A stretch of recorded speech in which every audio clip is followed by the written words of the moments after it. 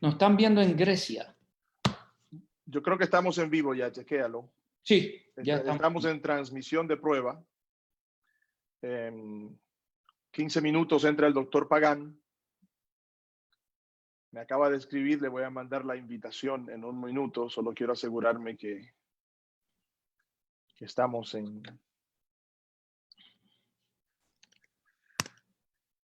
en contacto. Ok.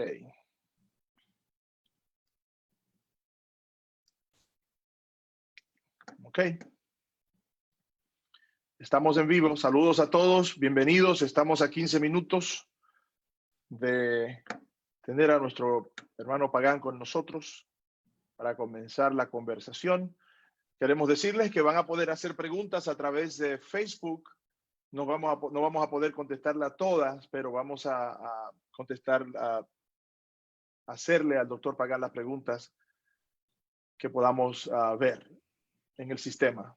Tengo que hacer la invitación ahora, Benjamín. Habla un poquito y yo me conecto con el doctor Pagán. No estoy en cámara, me parece. Si hablas, te voy a poner en cámara. Ahí estás. Un saludo para nuestra audiencia que está con nosotros desde los diferentes puntos del mundo. Quiero saludar a todos nuestros hermanos y hermanas que nos sintonizan desde Chile hasta Grecia. Tenemos ya personas en sintonía. Vamos a pasar una mañana hermosa en la presencia del Señor con la participación del doctor Samuel Pagán.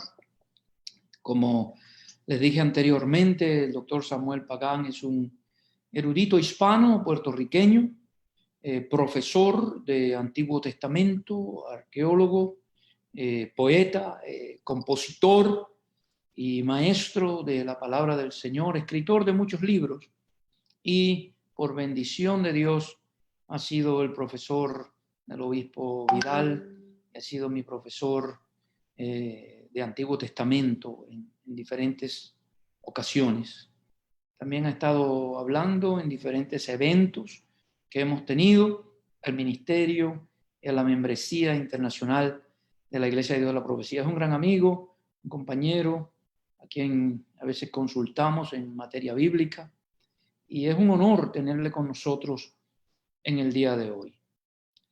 El coronavirus nos ha dejado a todos nosotros en casa y nos ha sorprendido. Si alguien nos hubiese dicho hace un mes, acá en Occidente, que nuestras vidas iban a ser afectadas de la manera que lo están siendo, posiblemente no le hubiésemos creído. En América Latina nosotros le llamamos a esta semana la Semana Mayor. Esta es una semana muy importante en la tradición cristiana. Y no quisimos pasar por alto que podamos reflexionar teológicamente sobre qué es lo que el mundo celebra que sucedió en una semana como esta hace ya aproximadamente 2000 años. Para mí, el evento más importante, el Dios de la historia, que Juan nos dice que el Verbo se hizo carne y vimos su gloria, gloria como la del unigénito del Padre, lleno de gracia y de verdad. Ese Verbo, esa palabra hecha carne, en una semana como esta, tuvo lo más trascendente para la historia de la humanidad, nuestra redención, el rescate por nosotros tomó lugar en lo que nosotros conocemos como la pasión. Y ese es el tema que vamos a estar tratando en esta mañana, la crucifixión de Jesús, de ese Emmanuel, Dios con nosotros, que se encarnó. Y luego de la crucifixión, vamos a estar entrando en detalles de lo que sufrió el cuerpo de Jesús, qué sucedió mientras colgaba allí en la cruz.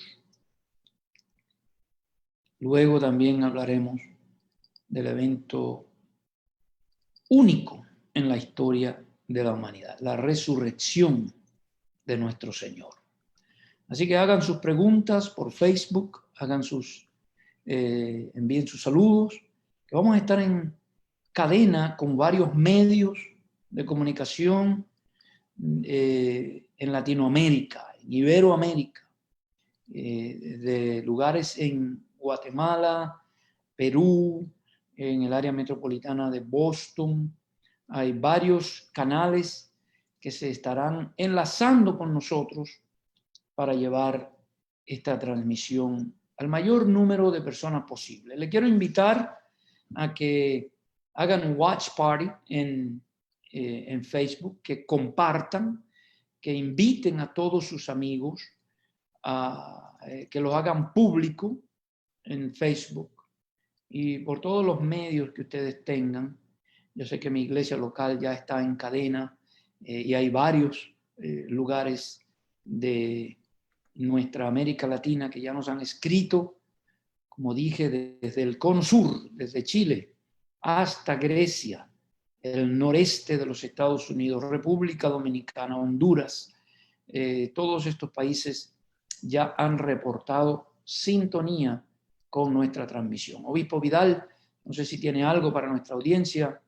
Seguro. Hagan sus preguntas después de la presentación del doctor Pagán. En lo que ustedes hacen preguntas, Benjamín y yo vamos a estar buscándolas en Facebook y preguntándoselas al doctor Pagán. Vamos a estar de 11 de la mañana a 12 del mediodía. Es 1 hora con el doctor Pagán.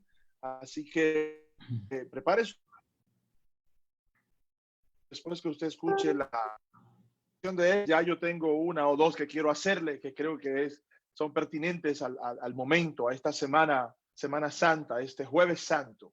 Se cree que un día como hoy entró Jesús a Jerusalén, ¿verdad? El Jueves Santo, el día antes fue que entró, la entrada triunfal. Yo tengo una pregunta sobre eso y me gustaría la respuesta del doctor Pagán. Él nos dio una respuesta muy interesante en una de las clases que tomamos con él y queremos que él la comparta con ustedes. Vamos a tener una hora muy bonita de mucho aprendizaje con el doctor Pagán, así que estamos a la expectativa. Se me pasó.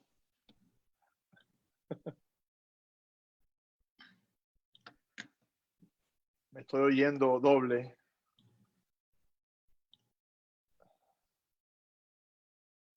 Un segundito. Estamos en prueba, en transmisión de prueba y Facebook me está hablando. Ok. ¿Se está escuchando, Benjamín?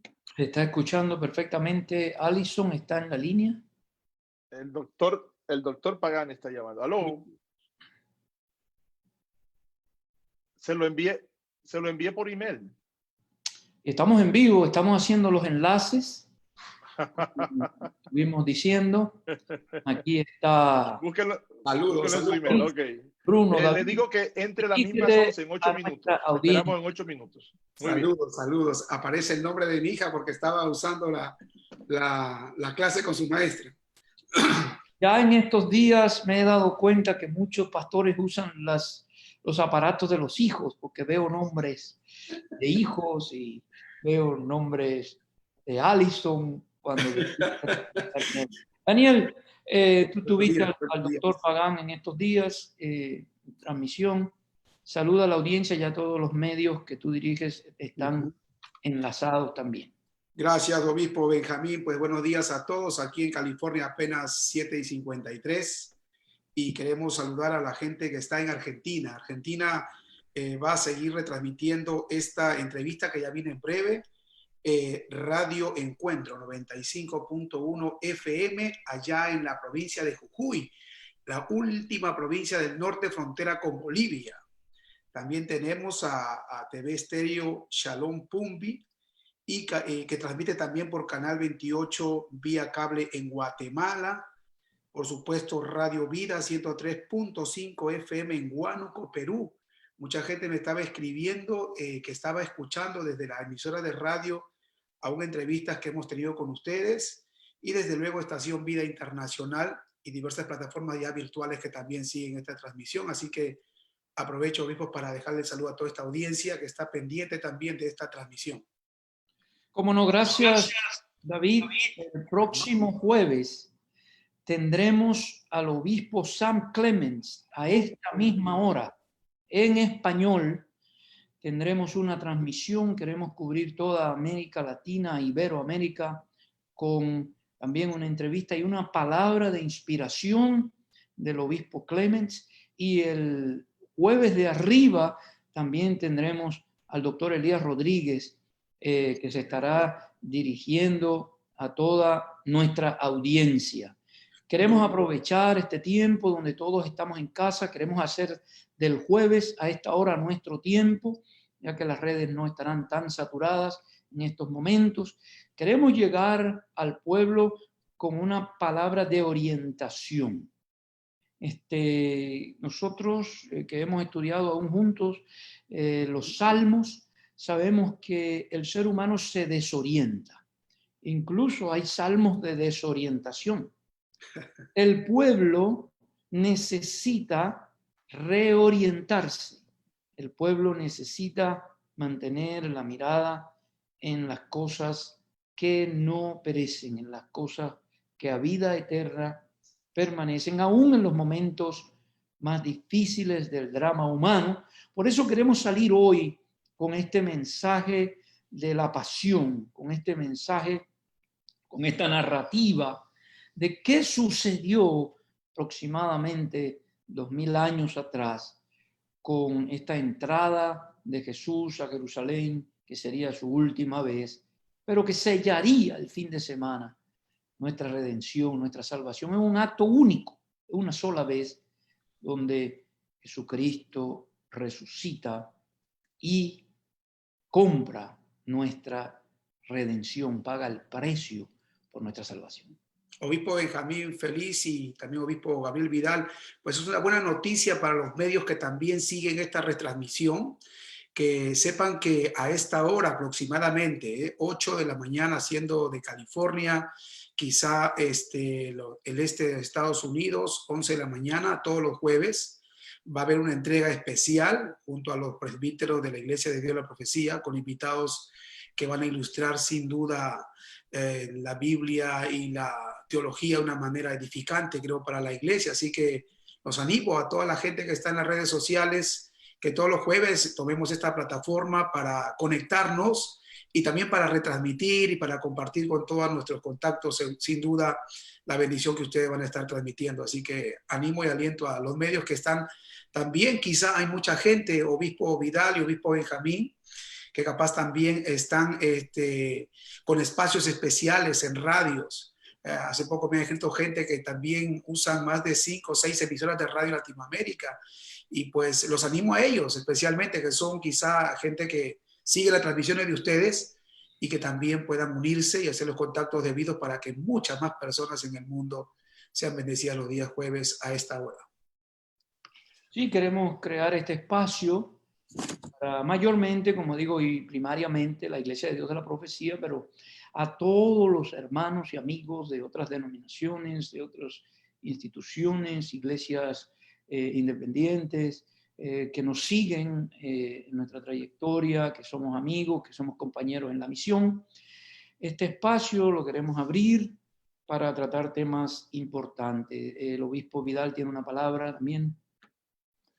Bueno, estaba preparando, mirando, tenemos más de 400 personas que están activos en vivo en esta transmisión, mirando nuestra transmisión, y agradecemos que cada uno de ustedes pueda compartir con su público, con sus amigos en su pantalla lo que estamos haciendo para duplicar, multiplicar o lo que usted quiera utilizar la transmisión. Así que si usted está recibiendo y no ha compartido con sus amigos de Facebook, por favor compártalo, porque esos amigos que usted tiene que no son nuestros amigos no van a poder recibir, pero si usted nos incluye en su historia de Facebook podrán sintonizar esta entrevista. Así que por favor vamos a compartir esta transmisión para aumentar la audiencia. Esto va a ser muy importante. Obispos, ¿están habilitados su Facebook para que la gente pueda compartir? Están públicos, sí. ¿Están Ok. públicos? Pienso que sí. Hay que No he verificar recibido. eso porque ha habido gente los días pasados que ha dejado un reporte que no podían compartir lo que Sí. ustedes estaban transmitiendo. Así que hay que verificar eso para que la gente Bueno, también... Yo Ya lo- hice lo mismo con Benjamín. Benjamín tiene su Sí, Facebook, los míos él pudo están- compartir. Sí, los míos están públicos y están añadidos a mi historia también, así que los pueden ver, todo el mundo puede ver, solo buscar mi cuenta, está público. Perfecto, perfecto. También quería decir, David y Obispo Vidal, que queremos crear foros pastorales Ujú. a través de diferentes plataformas, ya solamente para pastores, y le estaremos enviando invitación por circuitos un poco más cerrados, donde estaremos tratando temas netamente pastorales. Así que estamos trabajando en todo esto, eran planes que teníamos, pero que el coronavirus nos dio un empujón. Adelantó. Sí, nos Nos dio adelantó. el empujoncito que necesitábamos para hacer esto. Tenemos nuestro amigo Guevara, con quien estamos conversando. Hemos estado escribiéndonos en estos días, porque hay unos temas importantísimos, sobre todo para el pastor pentecostal del siglo XXI, que hay cosas que tenemos que definir, quiénes somos y quiénes no somos, porque hay muchas cosas allá afuera que nos están afectando y nos están definiendo cuando realmente no somos eso. Entonces, con el pastor Guevara, un amigo, autor ya de 2 libros muy buenos, a quienes hemos tenido en Sudamérica en las conferencias, y hay unos temas con el doctor Elías Rodríguez y varios amigos míos pentecostales que hemos estado hablando de cositas que nos inquietan porque son eventos que no nos definen y que realmente... y algunos libros que queremos hablar. Veo que está entrando alguien por ahí. Vaya el doctor Amigo, Pagán. compañero. Compañeros, pues lo voy a ir dejando a ustedes. Ya va a comenzar esta transmisión. Vamos a estar monitoreando que las repetidoras estén todo bien. Buenos días al doctor Pagán. Un gustazo verlo otra vez. Buenos días. Ya estoy aquí con ustedes. Que Dios Qué los bueno, bendiga. qué bueno es tenerlo con nosotros. David va a regresar después. Yo regreso luego al a final. la Voy a pregunta. monitorear las retransmisiones y vamos a estar chequeando que todo se esté escuchando bien por las emisoras de radio. El último regresaremos para agradecer a todas las personas que han retransmitido esto.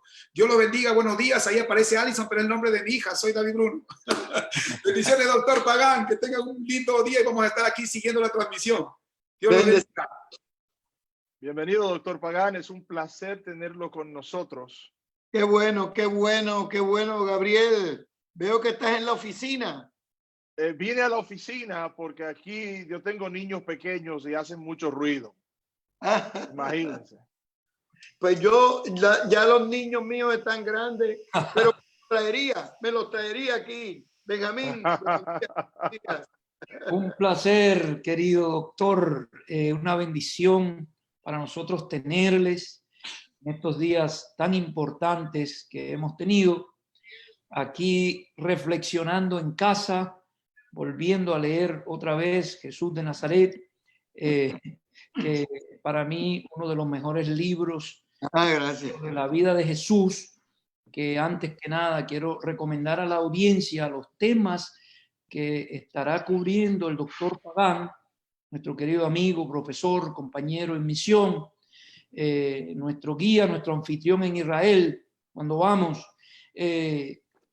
Para mí, doctor Pagán, querido amigo, es una bendición poder tenerle como primicia en este nuevo foro que vamos a tener Gabriel y yo para dirigirnos al pueblo en este momento de crisis, en este momento de pausa.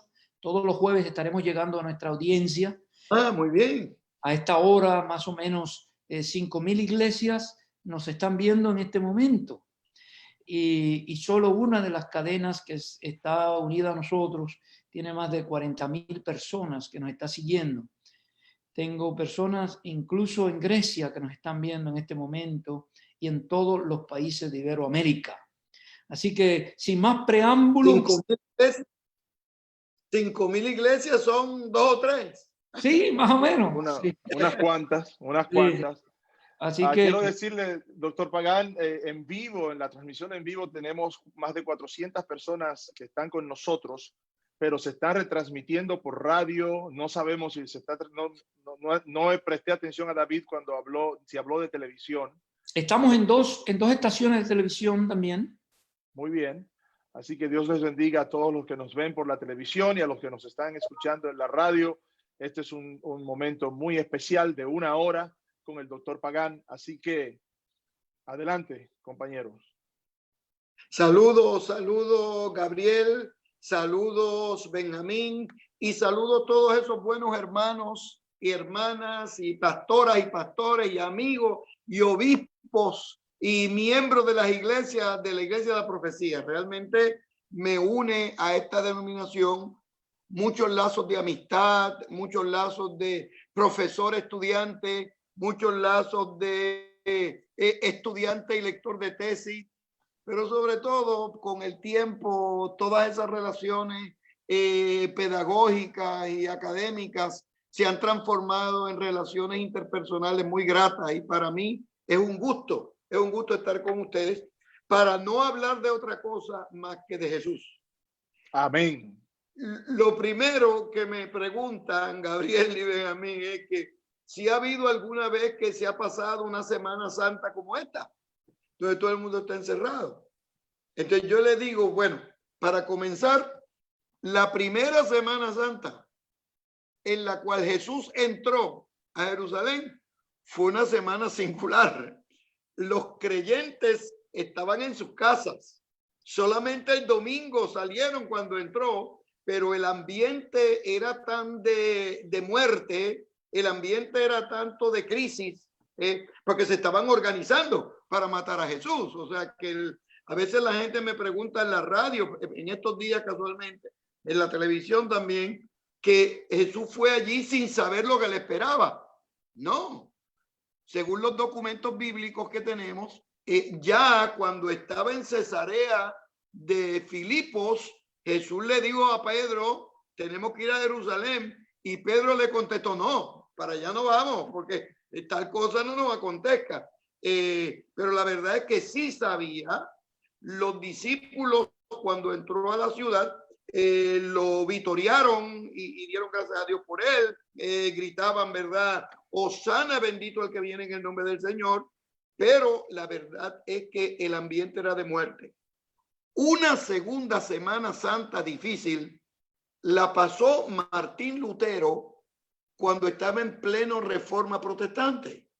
Yo quiero que todos mis estudiantes y los pastores y las pastoras sepan que a las 3 semanas de Martín Lutero llegar a Wittenberg se desató la peste negra, la peste bubónica. Y para que tengan una idea de la naturaleza de la crisis, debo decirle que la peste bubónica mató en sus diversos periodos a 1/3 parte de la población europea. O sea que estamos hablando de una crisis mayor. Es decir, que esta no es la primera vez que tenemos una situación como esta, pero la enfrentamos en el nombre del Señor con la misma autoridad que lo hizo Jesús y la misma autoridad que lo hizo Martín Lutero. Y con respecto a esta semana, que también es Semana Santa, Semana de la Pasión y también Semana de Coronavirus, yo le quiero decir a los creyentes que, en primer lugar, el Señor nos dio 2 lecciones de importancia. Yo no sé cuántos sermones. Me dijeron que hay 5.000 congregaciones. Eso presupone 5.000 pastores. Eso quiere decir que hay 5.000 sermones diferentes sobre este tema que van a tener. 5.000 o más, porque uno puede tener 2 o 3 sermones. Las 2 lecciones principales es que, número 1, el Señor nos dio que había un problema serio de importancia.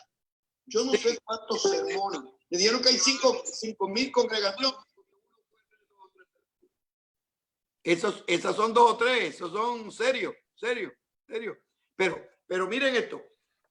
Jesús entra con autoridad y nos enseña 2 lecciones. La primera, que a los problemas no se le saca el cuerpo. Que cuando uno tiene un problema en la vida, tiene que enfrentarlo. Jesús sabía que en Jerusalén se estaba organizando una turba para crucificarlo y el Señor dijo, bueno, ese es un problema serio, vamos a enfrentarlo en el nombre del Señor. Pudo haber entrado de noche a Jerusalén, no lo hizo.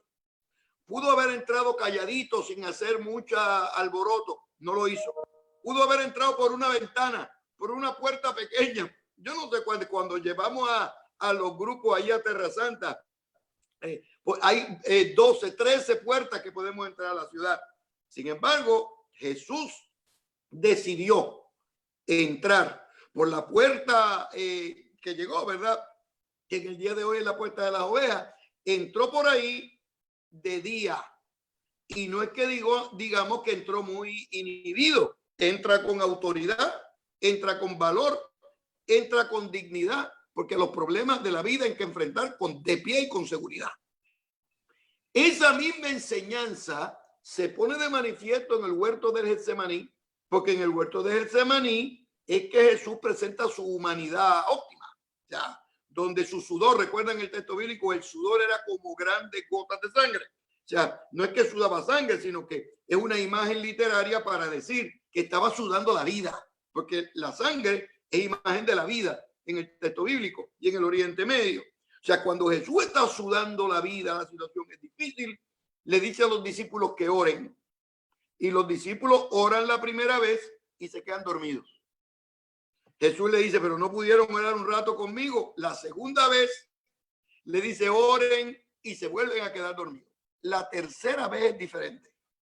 Cuando llega la turba, así dice el texto bíblico, la turba infame, con Judas, los militares del templo y los militares de Roma, cuando llegan, Jesús le dice a los discípulos que estaban dormidos, pónganse de pie, se acerca el que me entrega. Es decir, que cuando la situación se pone difícil, la gente no puede estar en el suelo, tiene que ponerse de pie, con autoridad.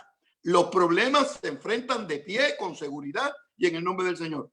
Cuando los soldados y Judas, recuerdan que era de noche, preguntan, ¿dónde está Jesús el Nazareno? Ese era el momento para decir, bueno, estuvo aquí hasta ahora y no se sabe dónde está. Ese era el momento para decir, estaba aquí y se ha ido y ahora no sabemos dónde está. Cualquier excusa. Sin embargo, en el momento de la verdad, cuando preguntan dónde está él para enfrentar el conflicto, se puso de pie y dijo, aquí estoy yo. Y el texto bíblico muy sabiamente nos dice que al mismo tiempo, cuando Jesús dijo, aquí estoy yo, los que venían a buscarlo cayeron al suelo. Es decir, que cuando uno se pone de pie en el nombre del Señor, las dificultades se detienen, se bajan. Las dificultades reconocen cuando uno está lleno del poder de Dios. La primera lección es que los problemas se enfrentan con autoridad y en el nombre del Señor. Y esa lección fue cuando enfrentó la cruz, cuando le dio la cruz, tampoco no lo evadió, enfrentó la crisis con autoridad. La segunda enseñanza se relaciona con la resurrección. Hay grandes líderes del mundo y de la historia que han contribuido positivamente con su filosofía. O sea, nosotros leemos a Platón y Aristóteles. Dicho de paso, Buda, el Buda del siglo VI en la China, tiene ideas muy buenas y recomendaciones muy buenas. Y nosotros vamos a diversos lugares del mundo y donde hay políticos distinguidos, maestros distinguidos, filósofos distinguidos. Hay un letrero en la tumba que dice, aquí yacen los restos mortales de Buda, o aquí yacen los restos mortales de tal profesor. En Jerusalén también hay una tumba.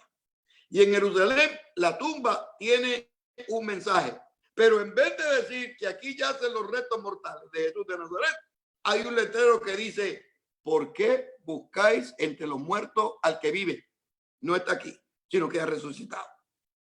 El factor primordial de la fe cristiana son todos los hermanos, todos los sermones de Jesús, todas las enseñanzas de Jesús, todos los milagros de Jesús. Todo eso es importante. si no hubiese resucitado, lo hubiésemos recordado como un gran filósofo, como un gran maestro, como un gran orador, como un hombre que respondía a las necesidades de la gente. Sin embargo, el día de hoy lo recordamos por sus virtudes pedagógicas, pero sobre todo por su resurrección, porque es el único en la historia que anuncia que lo van a matar, que va a resucitar y lo hace. Porque yo sé de personas que dicen, no se preocupen que yo voy a resucitar, y buscamos y no aparece en ningún lado. En Jesús de Nazaret tenemos el cumplimiento de las promesas de Dios, de que iba a venir el Mesías y que le iba a dar vida a la humanidad, pero además el cumplimiento de las profecías de Jesús de Nazaret, que dijo, no se preocupen que yo voy a resucitar.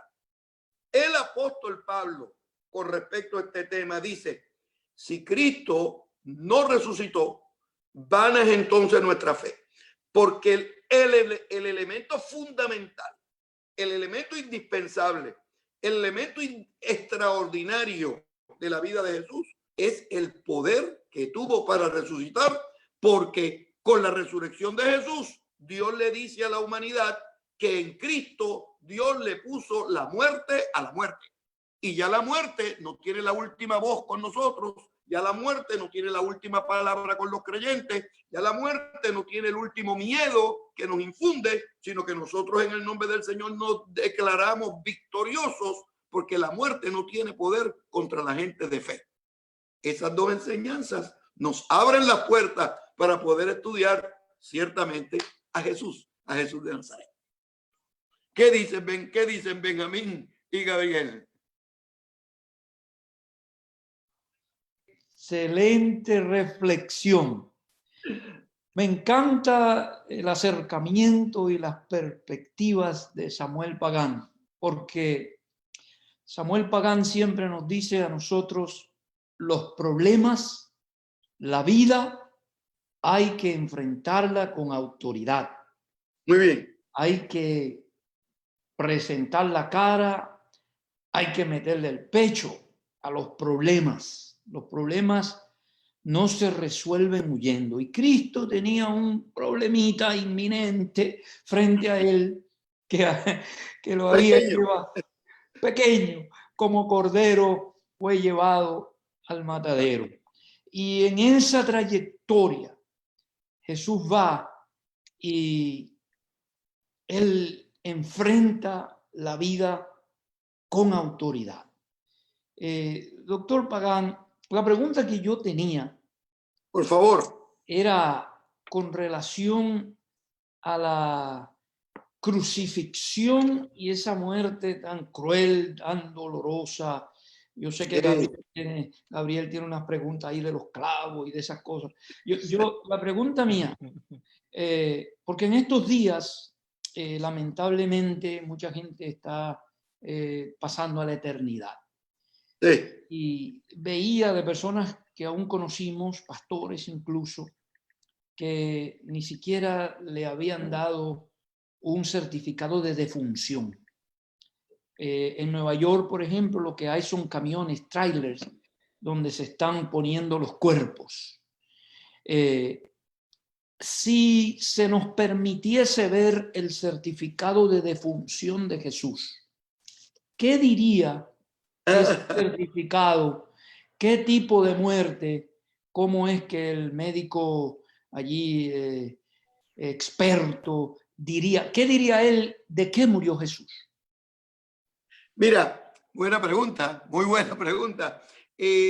Los clavos hacían sufrir a los reos. La corona de espina era un dolor tremendo. Los latigazos le quitaban la fuerza, pero morían esencialmente de asfixia. Poco a poco el dolor, poco a poco el movimiento del cuerpo, poco a poco la forma en que los crucificaban, le iba llenando los pulmones de agua y de sangre. Entonces poco a poco iban llegando y ese era un proceso lento, Dios sea de paso, pero morían esencialmente de asfixia. Jesús de Nazaret debe haber morido asfixiado. sin capacidad de respirar. Ya eso nos da una idea de la agonía. Ya eso nos da una idea, ustedes saben, uno le da catarro y uno se desespera. Imagínense estar crucificado. Entonces las crucifixiones, la muerte era el resultado final, que era un propósito de la crucifixión, pero no era el único. La crucifixión se hacía como un escarmiento a los pueblos. Por ejemplo, cuando lo fueron a buscar, cuando llegan preguntando por Jesús de Nazaret, ya tenían la sentencia de muerte en la mano. Eso, el día de hoy, se conoce como linchamiento. A Jesús lo lincharon. No hubo un sistema legal que lo amparó. Los colegas que me escuchan, yo sé que la Iglesia de Dios de la Profecía tiene varios pastores y pastoras, abogados. La ley judía no permitía un juicio si los testigos se contradecían. Bueno, en el caso de Jesús se contradijeron y siguieron adelante. El sistema romano no permitía juicios de noche. Bueno, este fue de noche y no hubo sin dificultad ninguna. Siguieron, porque ya tenían el veredicto, ya tenían la sentencia en la mano. Una vez que lo declaran reo de muerte, recuerden que los judíos no encontraron causa probable, los romanos tampoco. Entonces Pilato dice, pero si este hombre no se le encuentra ninguno. Y los líderes judíos le dijeron, pues vamos a decírselo a Roma, que tú no estás respondiendo bien a los intereses de Roma. O sea, el proceso, una vez se declara reo de muerte, son varios. Número uno, lo someten a latigazos. Eran 40 menos 1, 39, y se dividían en 3 tipos de latigazos. Primer grupo de latigazos era con cuero para hincharle la espalda. Segundo tipo de latigazo era con cuero, pero pedacitos de metal, piedra, hueso en los terminales del látigo para abrirle surcos en la espalda, para que cuando se hinchara esos surcos se abrieran. Y tercero, este sí que es muy difícil para nosotros entender, tenían un tridente y cuando el tridente daba y rasgaba, le llevaba la piel. Muchos de los crucificados ya no tenían espalda, lo que tenían solamente se veían los huesos. Luego que tenían eso, entonces llegaban a la crucifixión y le daban la cruz. Solamente le daban el palo transversal, porque generalmente el palo del medio era un árbol. Por eso es que en el libro de los Hechos se habla que pusieron a Jesús en el árbol de la cruz. No era una palabra, ¿verdad?, metafórica, era que había un árbol y ahí crucificaban a los reos. Los últimos años, después de 1990, ha habido varios descubrimientos arqueológicos que nos ayudan a comprender cómo eran los crucificados. En primer lugar, muy triste esto que les voy a decir, los crucificaban desnudos, porque era una forma de humillarlo hasta lo sumo. Segundo, los clavos, siempre recuerden que yo siempre bromeo con mis estudiantes, digo que yo toda mi vida he estado en la iglesia, yo soy tercera generación de evangélicos, o sea, que todos mis pecados han sido dentro de la iglesia. Fuera de la iglesia yo nunca he pecado, o sea, todo ha sido dentro de la iglesia. Entonces yo veía que los clavos que se ponían en Hollywood, que se ponían en la mano, no podía ser, porque se rompían y se caían.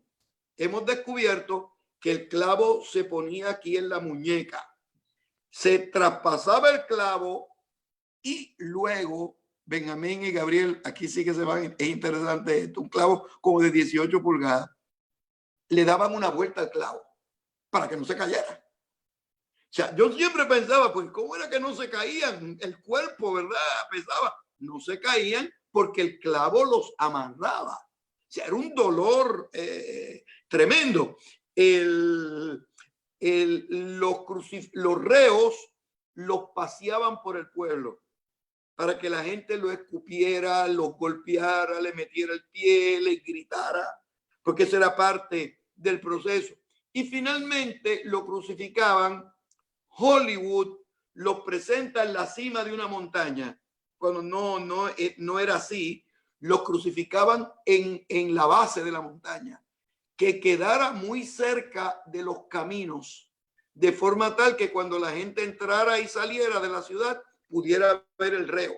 Y lo crucificaban no muy alto, bien bajito, para que los perros del camino y los animales los mordieran el cuerpo, la sangre. O sea, era un dolor extraordinario.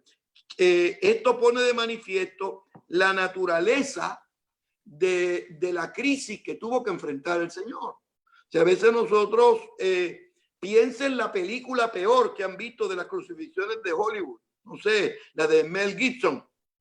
Piensen en eso. Entonces, cuando eso se trae a la realidad, es peor todavía. Es peor todavía. Y todo eso pasó Jesús por darnos a nosotros vida. O sea, por la complejidad humana, por el pecado humano, por la maldad humana, por la falta de solidaridad, por la falta de amor al prójimo, por la falta de darle la mano al caído, por actuar con egoísmo. Dios en Cristo tiene que pasar todo esto para que nosotros tengamos vida y vida y vida en abundancia. Gabriel. Muy bien. Mi pregunta tiene que ver un día antes, un tiempecito antes de la resurrección, crucifixión, que es la entrada triunfal a Israel. Me llamó mucho la atención en una de las clases que usted nos dio, y aprendí mucho, por cierto, como siempre, eso de que la gente cuando lo recibe a él, lo recibe con alegría. Hosana, bendito es el que viene en el nombre del Señor. Y he escuchado a predicadores decir, y después al otro día lo matan. Sí. ¿Qué me dice usted de eso? Muy buen comentario, Gabriel. No eran los mismos grupos.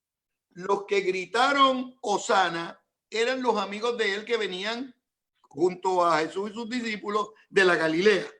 Sus discípulos gritaban, Hosana, bendito el que viene en el nombre del Señor. Pero luego, cuando la tensión aumentó, cada uno de ellos se escondió, se fue a su lugar. Y en el momento donde se está procesando al reo Jesús de Nazaret, quienes gritan, crucifíquenle, son los discípulos de los fariseos y de los publicanos y de los que estaban en la ciudad.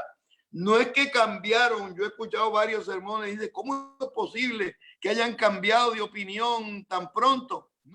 No fue que cambiaron de opinión. Sencillamente es que uno era un grupo que lo apoyaba y el otro era el grupo que estaba preparado para crucificarlo de forma extraordinaria.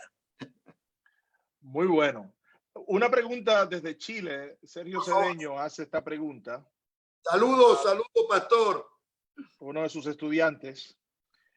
No tiene que ver necesariamente con los últimos días. ¿Por qué? Dice, la pregunta es, ¿por qué el único evangelio que señala a Judas quejándose por la unción de Jesús por la mujer con el perfume y lo califica como ladrón es Juan, mientras que los demás evangelios hablan de que todos se quejaron? Juan Bosch, en su libro Judas el calumniado, da a entender una actitud maliciosa de Juan contra Judas.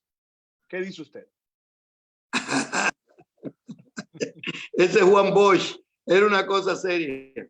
No solamente escribió sobre Judas, escribió sobre David. O sea, a Juan Bosch le interesaban los temas religiosos, pero como era un político de carrera, los presentaba de la cuestión por el carril, ¿verdad?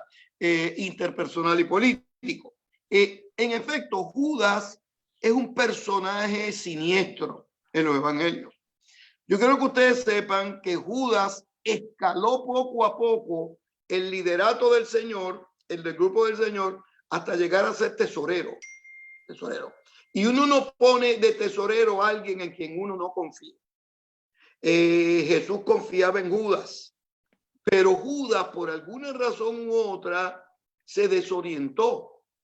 Por alguna razón u otra el dinero lo cautivó, porque observen que alrededor de él lo bueno y lo malo es en relación al dinero.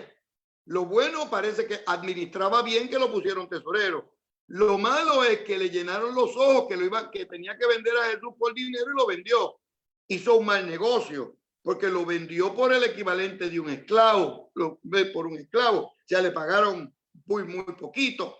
Sin embargo, esa cantidad, una cantidad de un esclavo, monedas de plata, 30, le llenaron los ojos, porque una persona que se desorienta no piensa con juicio y con claridad. Y están de acuerdo los 4 evangelios de que Judas actuó de forma impropia. Ciertamente Juan destaca más la maldad en Judas porque Juan escribe en los años 90. Ya han pasado 60 años, 6 décadas de la crucifixión de Jesús, que le ha dado tiempo a la iglesia a repensar la historia, a analizar la historia, mirar la historia con juicio crítico y percatarse de que la actitud de Jesús, la actitud de Judas fue nefasta. Los primeros evangelios hablan de la maldad, hablan de lo impropio, hablan que se ahorcó, pero Juan interpreta eso de una manera más profunda y más nefasta. Magnífica pregunta. Magnífica pregunta. Muy bien. Qué bien. Qué bien. Ahora, si alguien tiene alguna más pregunta, puede hacerla. Tenemos un tiempecito más disponible. Aprovechemos que tenemos al doctor Pagán. No sé, Benjamín, si en tus comentarios alguien está haciendo preguntas. Es un problema para mí porque hay más de 1,200 personas que están con nosotros a través de Facebook, solamente sin contar los que están en las radios y televisiones, los canales de televisión. Así que, por favor, si tiene alguna pregunta, se me va muy rápido porque son muchas. Hágala ahora para hacérsela al doctor Pagán. Benjamín. Yo quisiera recomendar el libro porque fue para mí de gran bendición en una de las clases que tomé con usted, doctor. Es un libro que para mí es de lo más balanceado que he leído en cuanto a el Jesús histórico, el Jesús humano y también el verbo encarnado, el Cristo que había en ese Jesús. Lo puede obtener en Amazon, ese libro. Sí. Y me gustaría que usted anda buscando un libro serio. Ahí lo tiene Gabriel. Yo verifiqué esta mañana. Yo tengo 2. Bueno, entonces significa que una copia es mía. Uno. Mira, No. va a dar uno por internet. Sí. Entonces, ¿Y cómo lo hacemos? yo quisiera que habláramos, por favor, un poco sobre ese evento inédito que no ha sucedido nunca más en la historia, que ocurrió una sola vez, de la resurrección. Entonces, yo meditaba y hablaba con mi esposa que este fin de semana vamos a ver muchos memes y vamos a ver muchas cosas, porque un periodista resaltó en estos días que será la primera vez que no se celebrará la resurrección, y varios pastores le han respondido, no. no se equivoque. No se equivoque. Este domingo nosotros vamos a celebrar como nunca. Y yo hacía un recuento que aeropuertos vacíos por el coronavirus, playas vacías, tiendas vacías, templos vacíos, tumbas vacías. Sí, así que antes de que se me adelanten por ahí, yo quiero que nosotros hagamos esto viral. Sí. Como usted decía en una nota conclusiva de su plática, hay una tumba en Israel que está vacía. Sí. Muchos dijeron que iban a resucitar y a último se inventaron un cuento, que no sé, que algo salió mal, pero aquella mañana, aquellas mujeres van. Yo quiero, en la clase de liderazgo, yo quiero que le hablemos a la mujer ahora. Hablemos un poquito a la mujer. Hablábamos del liderazgo de la mujer. Háblenos un poquito de estas mujeres que van, el rol que ellas juegan y el por qué son ellas las primeras que están allí. Mira, ese es un tema que explora mi esposa muy bien sobre el rol de las mujeres en la crucifixión.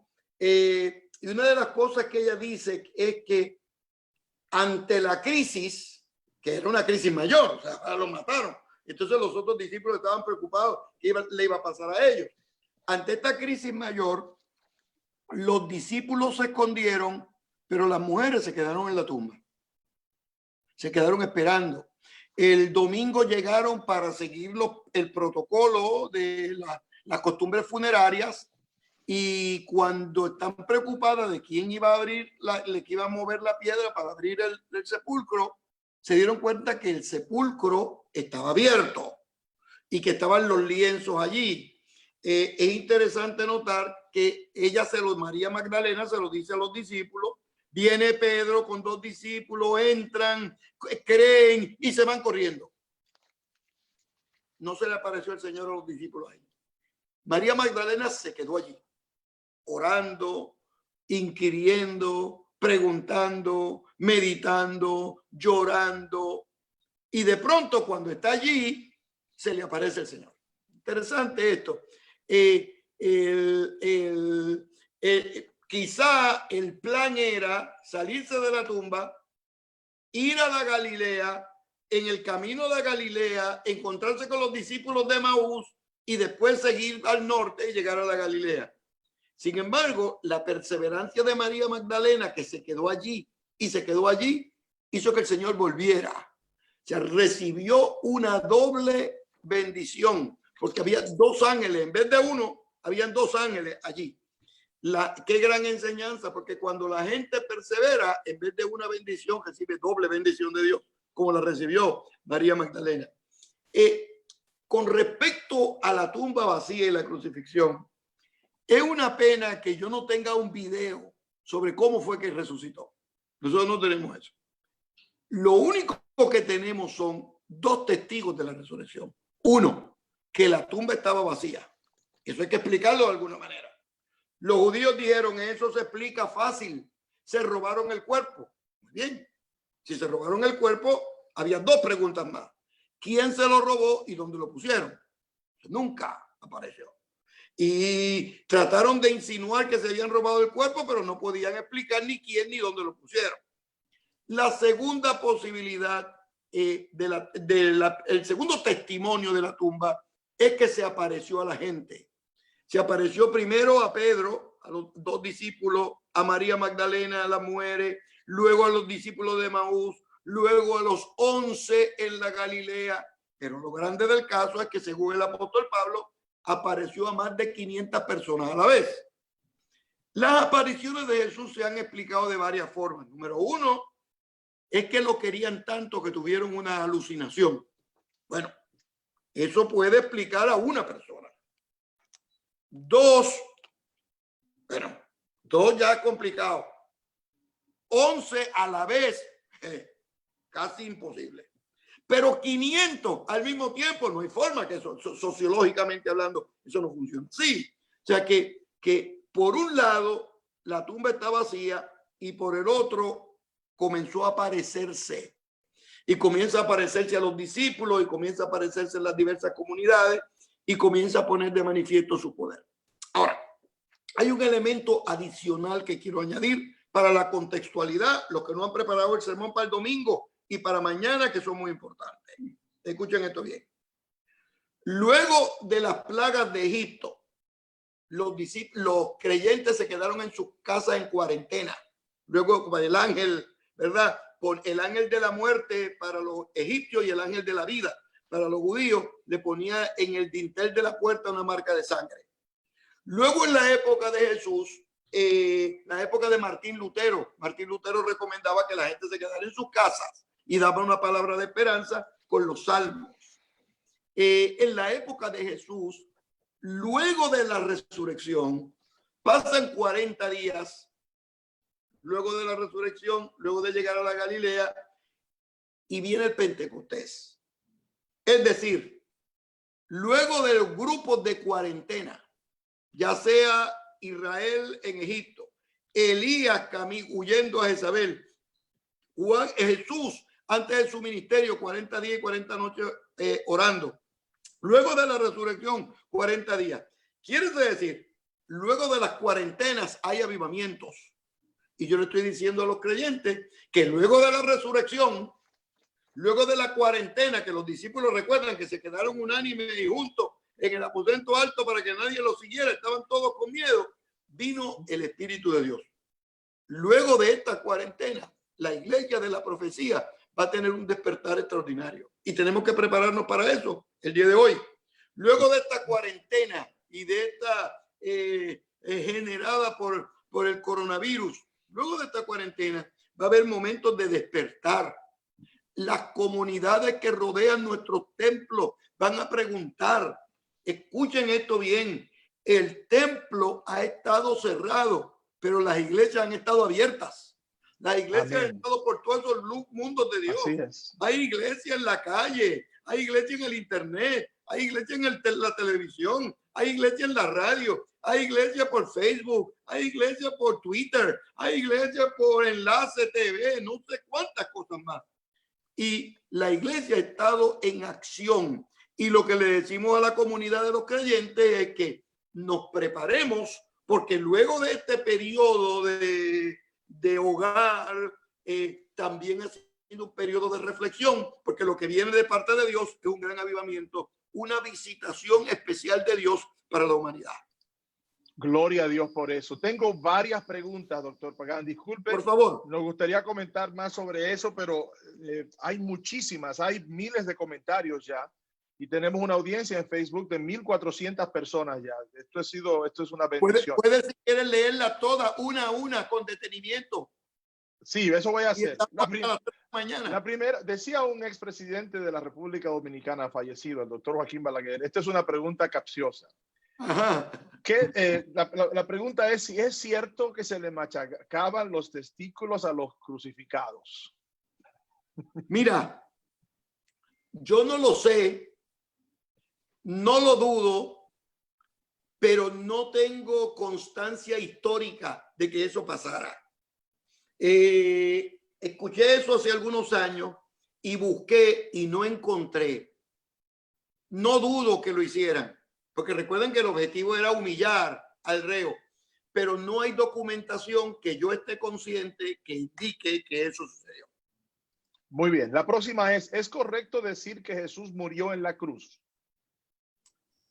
Sí, es correcto decir que murió en la cruz, pero no poner punto final en la oración. Vamos a poner una coma o un punto y coma porque murió en la cruz, pero la muerte no fue la palabra de Dios última para Jesús de Nazaret. La última palabra de Dios para Jesús y para la humanidad no es de muerte. Según el libro de Apocalipsis, lo que nos espera a los creyentes son cielos nuevos y tierra nueva, que es la que Dios tiene preparado para aquellos que le aman. Y añado, esa imagen literaria de cielos nuevos y tierra nueva, se añade otra imagen que dice un mar de cristal. En el mar de cristal nadie se ahoga. Y las calles de oro no asaltan a nadie. En las calles de oro no hay droga, ni en las calles de oro hay coronavirus. O sea, son imágenes de vida, son imágenes de esperanza, son imágenes de triunfo. La última palabra de Dios para Jesús no fue la cruz, sino la tumba vacía. Y la última palabra de Dios para los creyentes y las iglesias no es el coronavirus, sino la superación del coronavirus para que podamos proseguir adelante en el nombre del Señor. Amén. Otra pregunta, tengo varias, Benjamín, déjame ir por ellas y después tú entras. ¿Qué días realmente sepultaron a Jesús? Bueno, la pregunta es qué día sepultaron a Jesús, pero yo creo que la pregunta es qué día fue que lo mataron, porque si dice 3 días, muchos dicen que no fue el viernes, porque del viernes al domingo solo hay 2 días, que fue el jueves, unos dicen que fue el miércoles. ¿Cuándo fue, según sus conocimientos? Mira, fue viernes. La dificultad está en que nosotros dividimos los días mañana y tarde, mientras que el mundo hebraico lo divide en noche y mañana. El día comienza en la noche, es decir, que el viernes comenzó el jueves para Jesús de Nazaret. Jueves a viernes un día, viernes a sábado segundo día, y sábado a domingo, resucita domingo por la mañana, es el tercer día. O sea que sí, se cumplieron los 3 días, pero la forma de contar los días no es como la de nosotros, mañana y tarde, sino es tarde y mañana. Por eso es que fueron los 3 días.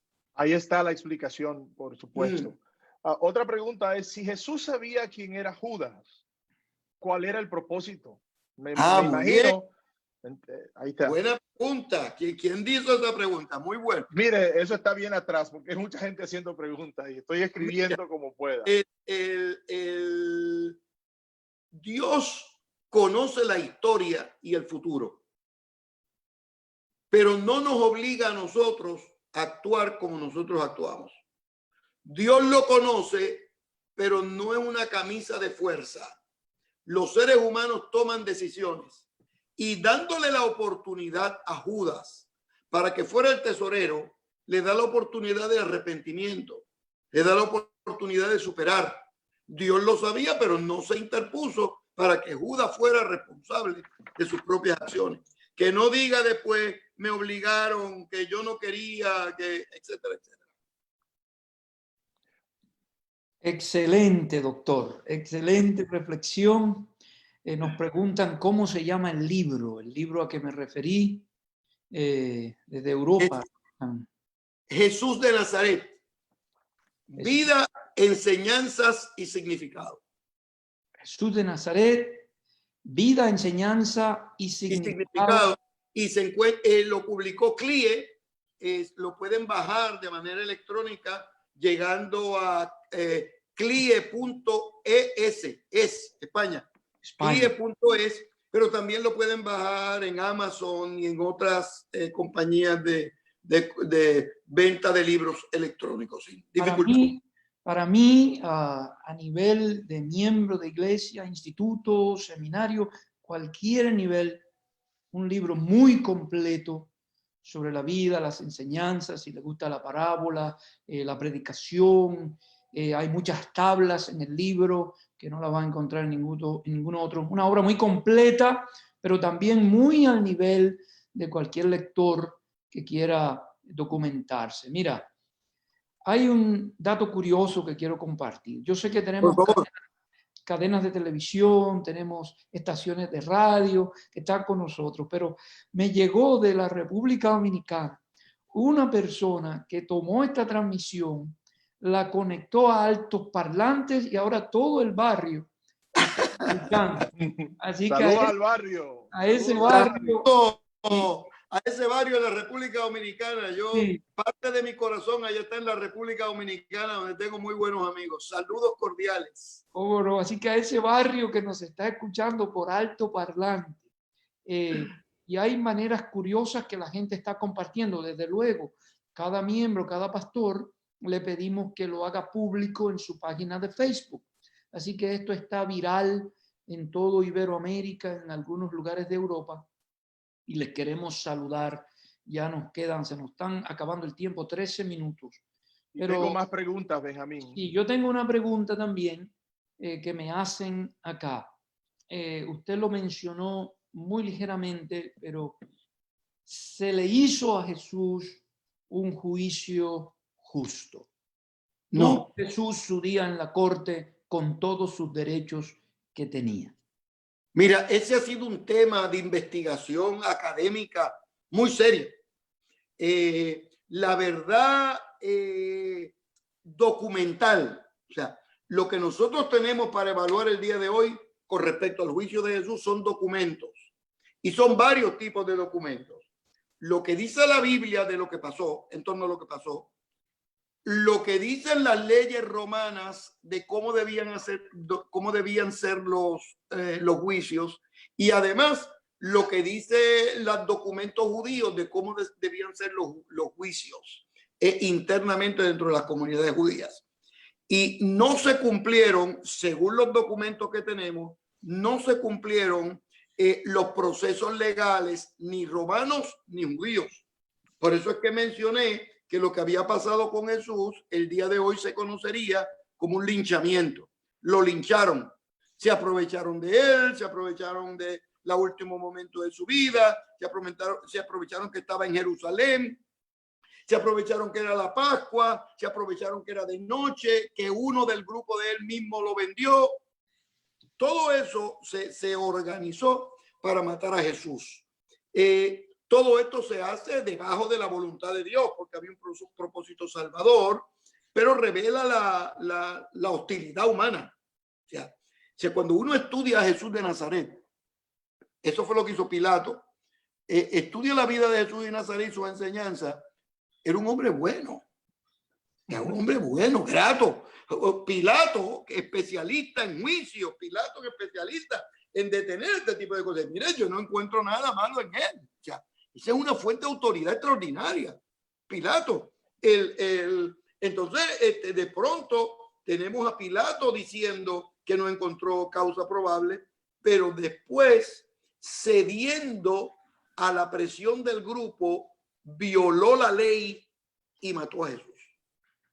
Esa actitud de Pilato, de falta de espina dorsal, de falta de carácter, de poder decirle a los que estaban organizando en contubernio con ellos el juicio y la matanza de Jesús, decirle, no, se acabó aquí, punto. Pero no, él cedió ante las dificultades y eso acabó en el juicio de Jesús.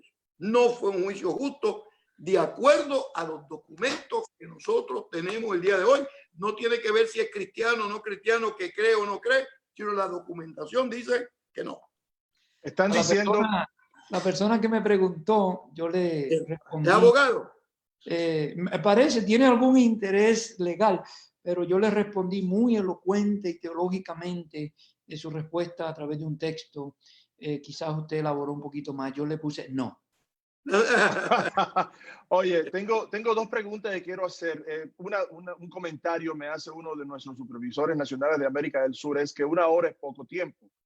Entonces, estoy mirando tantas preguntas y esto ha sido tan exitoso ya, que lo que vamos a hacer es, yo les propongo, y no he consultado esto con Benjamín, que el doctor Pagán vuelva con nosotros en un mes y y continuemos esto. Esto es importante.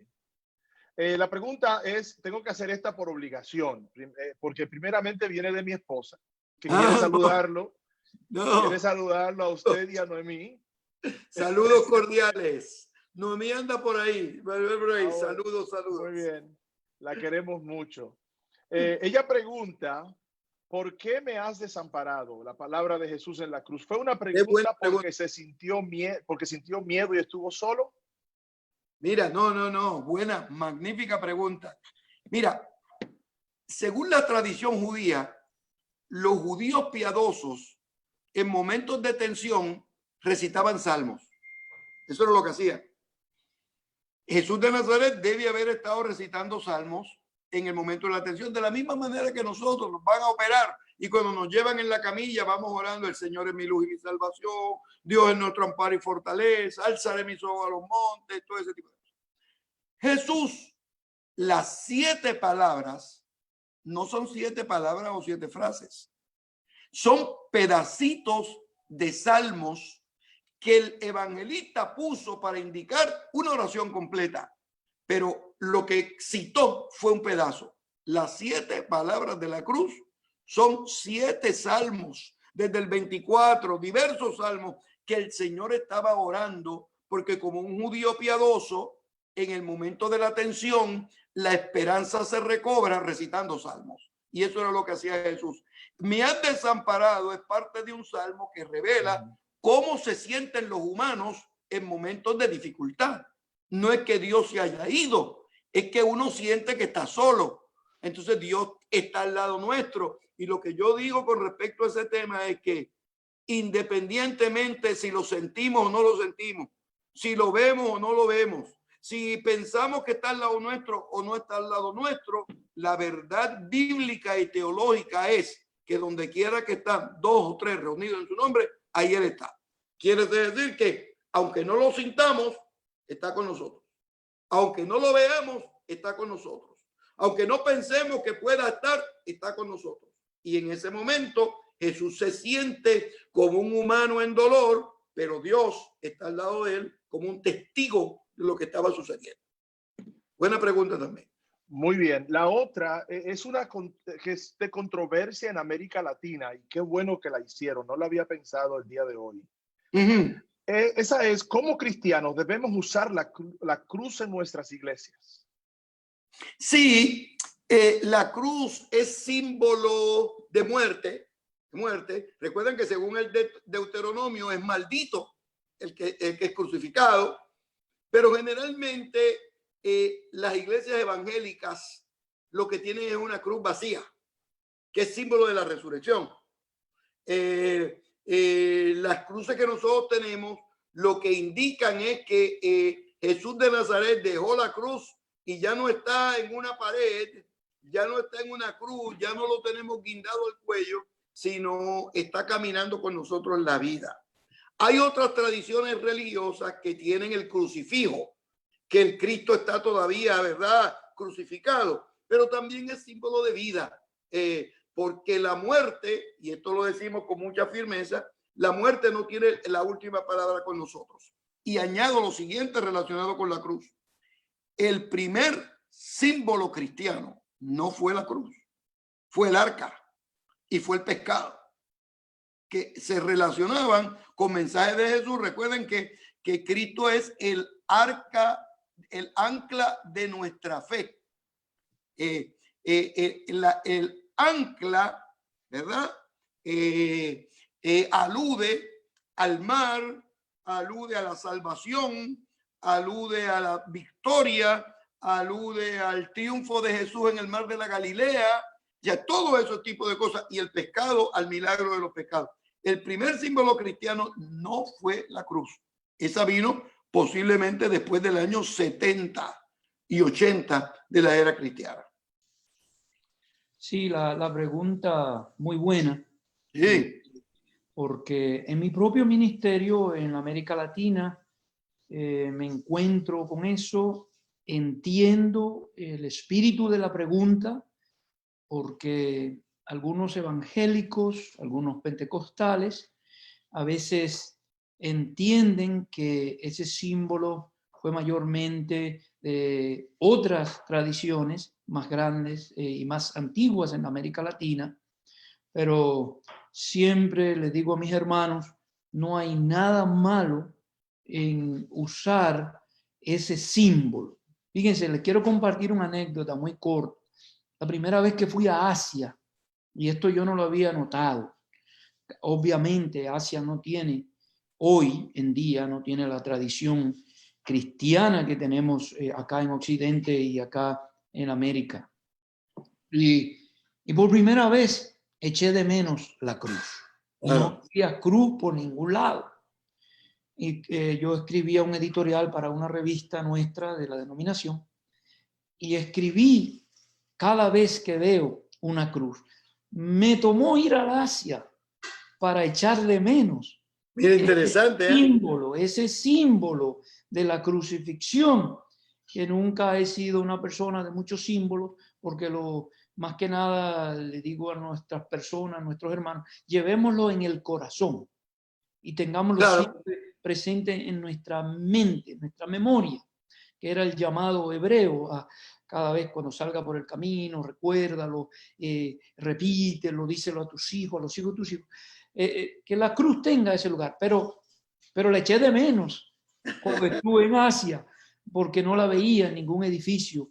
Y es algo que acá, es como los 10 mandamientos, es como todos esos símbolos que acá en Occidente, por nuestro legado histórico cristiano, incluso de la Reforma, a veces nos acostumbramos, pero a mí me tomó ir a Asia. 2 o 3 días. Para echar, sí, fueron varios días.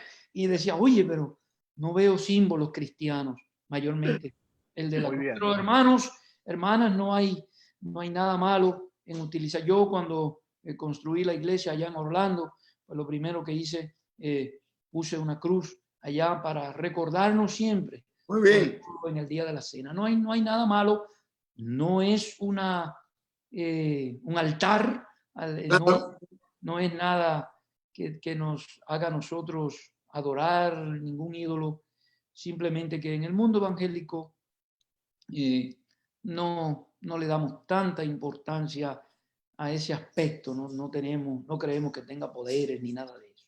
Tengo una última pregunta. Esta es la última, hay muchísimas y quiero, vamos a comunicarnos con el hermano Pagán, el doctor Pagán en privado. Yo creo que de aquí a, antes de creo que a finales de abril, si él tiene las 11 de la mañana del jueves 30, quiero que lo ponga en su agenda. No he consultado con Benjamín, pero sería bueno tenerlo de nuevo con nosotros y le damos la fecha de una vez, el 30 de abril, que es en 4, creo que son 4 jueves. Yo creo que Benjamín estará de acuerdo.